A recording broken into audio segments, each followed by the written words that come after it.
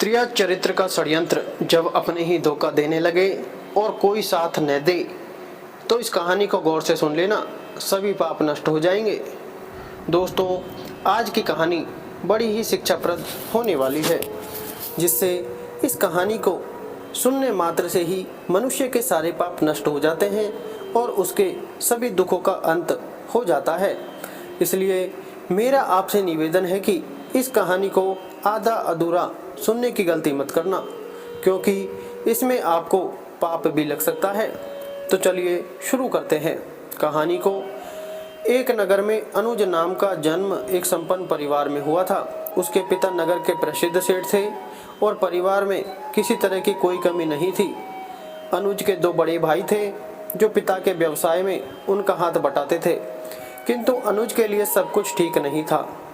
अनुज जन्म से ही नेत्रहीन था, इसी कारण से उस पर सारा जीवन घर में ही व्यतीत हुआ करता था। उसको घर में ही सभी सुख सावधान उपलब्ध रहते थे। नेत्रहीनता के अतिरिक्त अनुज को एक और स्थिति भी थी, जिससे उसका माँ की निधन छोटी सी उम्र में ही हो गया था। यद्यपि अनुज के पिता और उसके भाई उससे बहुत प्रेम करते थे और उसका सुख सुविधा का पूरा ध्यान रखते थे, किंतु व्यापार की व्यस्तता के चलते वह घर में ज़्यादा समय नहीं दे पाते थे। इसलिए अनुज का जीवन घर के नौकरों के सहारे ही चलता था, जिस कारण अनुज के मन में विरक्ति का भाव उत्पन्न होने लगा। फिर वह ठाकुर जी के ध्यान में हमेशा लीन रहने लगा और धीरे धीरे ठाकुर जी के प्रति उसकी भक्ति बढ़ती चली गई। जब उसका सारा समय ठाकुर जी के ध्यान और भजन कीर्तन में ही व्यतीत होने लगा था, उसके पिता और उसके भाइयों को इससे किसी प्रकार की कोई आपत्ति नहीं थी। किंतु कुछ दिनों के बाद दोनों बड़े भाइयों का विवाह हो गया और पहले की तरह ही सब कुछ ठीक चलता रहा, परंतु धीरे धीरे अनुज की भाभियों को अनुज के प्रति ईर्ष्या का भाव उत्पन्न होने लगा और अपने मन छुपाए रहती। किंतु इन सभी से बिल्कुल अनजान अनुज उनको अपनी माँ का उनमें रूप देखता और सोचता था कि उनकी माँ की कमी अब पूरी हो गई है। इसी तरह से वह अपनी भाभियों के साथ व्यवहार करता था, जैसे वह अपनी माँ के साथ व्यवहार करता था। फिर कुछ ही दिनों के बाद अनुज के पिता का भी देहांत हो गया और अनुज पूर्ण रूप से अपने भाई और भाभी पर ही निर्भर हो गया। फिर भी उसके भाइयों का प्रेम अभी भी उसके प्रति वैसा ही है जैसा कभी पहले था, किंतु कहते हैं कि तिरिया चरित्र के आगे किसी की नहीं चलती। अवसर देख करके अनुज की भाभियों ने अपने पतियों से अनुज के विरुद्ध भड़काना आरंभ कर दिया। जैसे जैसे समय बीतता गया, उनका षड्यंत्र बढ़ता चला गया। अंततः एक दिन आ ही गया कि जब अनुज के भाई पूर्ण रूप से अनुज के विरुद्ध खड़े हो गए। अब उनकी भी अनुज से जलने लगा था। इन सब बातों से बिल्कुल अनजान सरल हृदय अनुज जब भी ठाकुर जी की भक्ति में ही लीन रहता था, वह अपने भाइयों और भाभियों के प्रति मन में किसी प्रकार की कोई शंका नहीं रखता था। किंतु ऐसा कब तक चलता? आखिर एक दिन भाइयों की पत्नियों ने पतियों को समझाया कि इस नेत्रहीन के मोह में क्यों फंसे हो, इससे मुक्ति प्राप्त करो, अन्यथा एक दिन तुमको अपनी संपत्ति इसके साथ बांटनी पड़ेगी।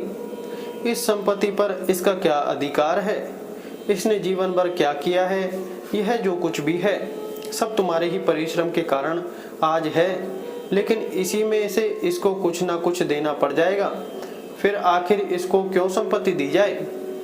आखिरकार भाइयों के मन में कपट बस गया और एक दिन सबने मिलकर अनुज से कहा कि अब तुम्हारा बोझ हम और अधिक समय तक नहीं उठा सकते, इसलिए हम तुम्हारे रहने और खाने का प्रबंध दूसरी जगह कर देते हैं। अब तुम वहीं रहा करो। तुमको समय पर खाना, कपड़ा और जो भी सुविधाएं हैं, आवश्यक सामग्री है, वह सब कुछ मिलती रहेगी। तुमको किसी प्रकार का कोई कष्ट नहीं होने देंगे। फिर अनुज ने अपने भाइयों के मुख से इस प्रकार की बात को सुनकर के अनुज बिल्कुल अचंभित हो गया और उसकी आंखों से झरझर आंसू बह निकले, किंतु वह कुछ भी बोल पाने की स्थिति में नहीं रहा। अतः स्वयं को संभालते हुए वह कहने लगा कि भाई, आपने मेरे लिए जो भी निर्णय लिया है वह निश्चित रूप से हमारे लिए अच्छा ही होगा, किंतु मुझे बस इतना बता दो कि मेरा कौन सा अपराध है जिसके कारण मुझे इस घर से बाहर निकाला जा रहा है। मुझे तो लगता है कि मेरा अपराध यही है कि मैं नेत्रहीन हूँ, किंतु इसमें मेरा कोई दोष नहीं है, यह तो प्रभु की इच्छा है। और भाई, अब तक आपने मुझको इतना प्रेम किया है, फिर अचानक यह क्या हो गया कि मुझे इस घर से बाहर निकाला जा रहा है। तब भाइयों के पास इसका कोई जवाब नहीं था। फिर अनुज ने अपना घर छोड़कर चले गए, जिससे अब वह पूरी तरह से अनाथ हो चुका था। पर कहते हैं ना, जिसका कोई नहीं होता उसका भगवान होता है। और फिर वैसे ही अनुज तो ठाकुर जी का भक्त था, फिर वह भला कैसे अनाथ हो सकता था। दुखी मन से अनुज ठाकुर जी के ध्यान में खो गया और अगले ही दिन अनुज के रहने का प्रबंध एक अन्य स्थान पर कर दिया। वह स्थान एकदम से वीरान था, न किसी का आना जाना, न किसी का रहना। कुछ पशु पक्षी वहां विचरण करते रहते थे। वहां से थोड़ी ही दूर से जंगल शुरू हो जाता था। अनुज के खाने और देखरेख के लिए एक सेवक की नियुक्ति कर दी गई। प्रतिदिन सुबह के नाश्ते का प्रबंध और दोपहर तथा रात्रि के भोजन का प्रबंध अनुज के भाई और भाभी कर देते थे, और उसके जो कपड़े थे वे घर से धुल करके आ जाते थे। फिर अनुज ने इसका कुछ भी विरोध नहीं किया, वह उसी में ही संतुष्ट रहने लगा। उसका हमेशा नियम था कि जब भी वह भोजन करने बैठता तो पहले अपने भगवान ठाकुर जी का ध्यान करता और उनको भोजन अर्पित करता, और उस भोजन के लिए धन्यवाद देकर के तब जाकर भोजन को करता। कुछ दिन तक यही क्रम चलता रहा। इसी बीच अनुज की दोनों भाभीयों को पुत्र रत्न की प्राप्ति हो गई। उसके बाद अनुज का यह प्रतिदिन का खाने और वस्त्र का भी प्रबंध भी उन दोनों भाभीयों को अखने लगा। तब दोनों ने मिलकर के एक भयानक षड्यंत्र रच दिया, जिससे उन्होंने अनुज को जान से मार डालने की योजना बना ली। और अगले ही दिन उन्होंने रात्रि के भोजन में विष मिला करके सेवक के हाथ भेज दिया। इस बात से पूरी तरह से अनजान सेवक भोजन लेकर के पहुंचा और अनुज को भोजन सौंप दिया, जिससे अनुज ने भोजन प्राप्त किया और भोजन खाने बैठा, जिससे प्रतिदिन की तरह ठाकुर जी को अर्पित किया, जिससे ठाकुर जी के भोजन को स्वीकार करते ही वह विषैली भोजन प्रसाद के रूप में परिवर्तित हो गया।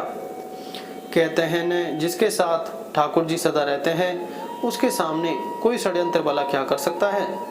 फिर अनुज ने सुखपूर्वक भोजन किया और भगवान का धन्यवाद दिया और लग गया भगवान के भजन में। उधर दोनों भाभी प्रसन्न थी कि चलो आज पीछा छूट गया उस अंधे का।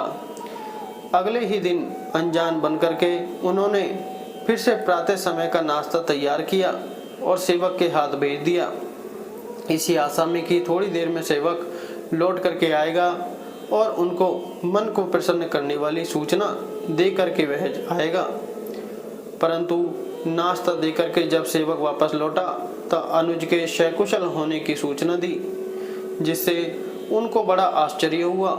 वह दोनों पापी बुद्धिहीन यह नहीं जान पाए कि जिसका रक्षक दया निदान हो, भला उसका कोई क्या बिगाड़ सकता है। फिर वह मंद बुद्धि सोचा कि हो सकता है किसी कारण से वह अनुज ने रात्रि में भोजन न किया हो। ऐसा विचार करके उन कुटिल स्त्रियों ने अपने मन की शंका का समाधान स्वयं करने की ठान ली।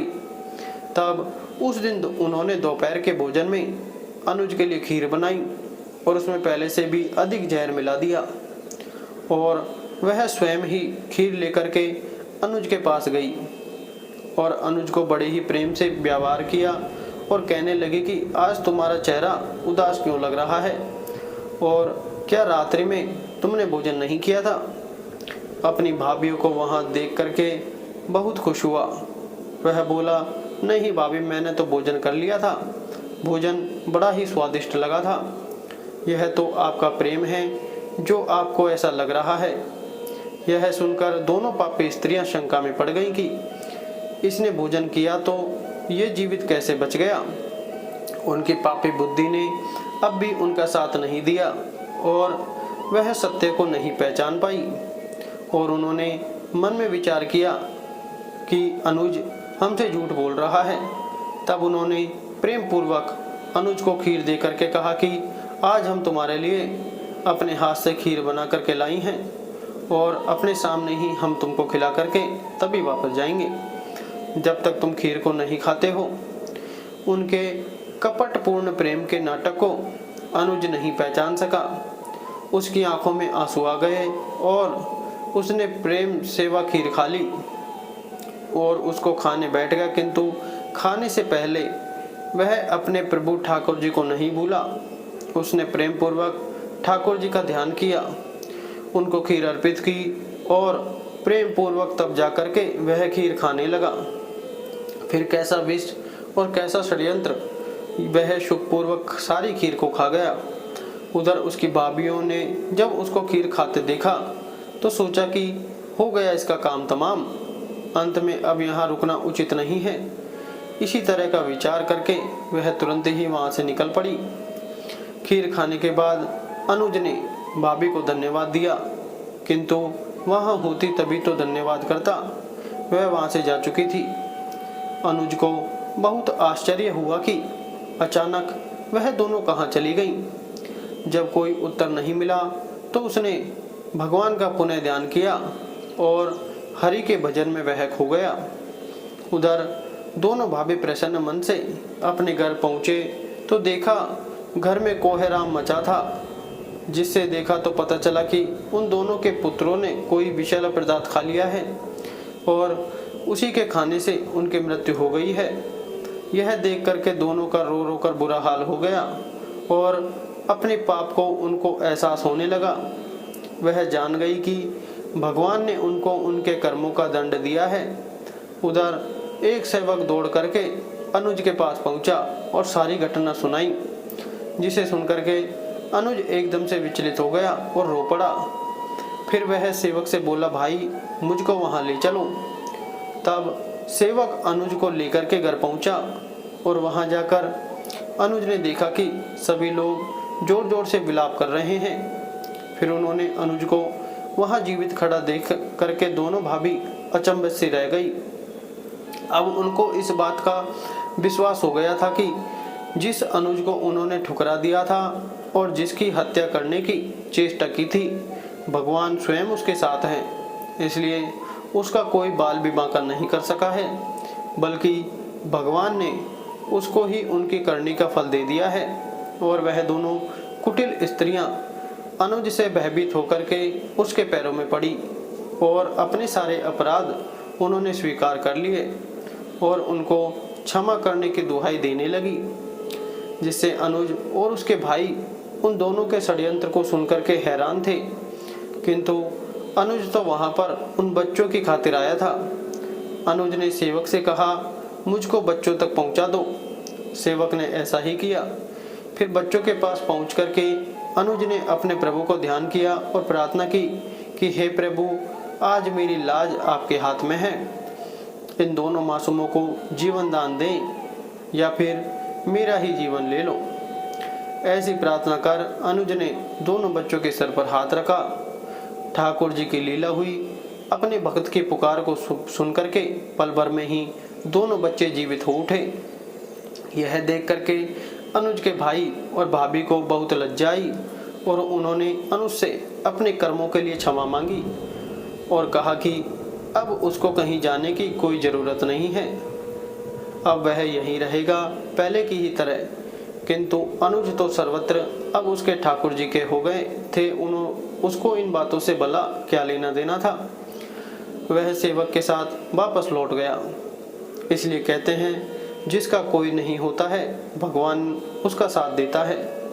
जब कोई किसी का सहारा नहीं होता है तो ऊपर वाला उसका हाथ उसका सहारा होता है। वही भगवान जिसका हाथ पकड़ लेता है उसके जीवन में भला कौन सा दुख आ सकता है। इसलिए दोस्तों, हमेशा सही मार्ग पर चले, चाहे कोई साथ दे या ना दे।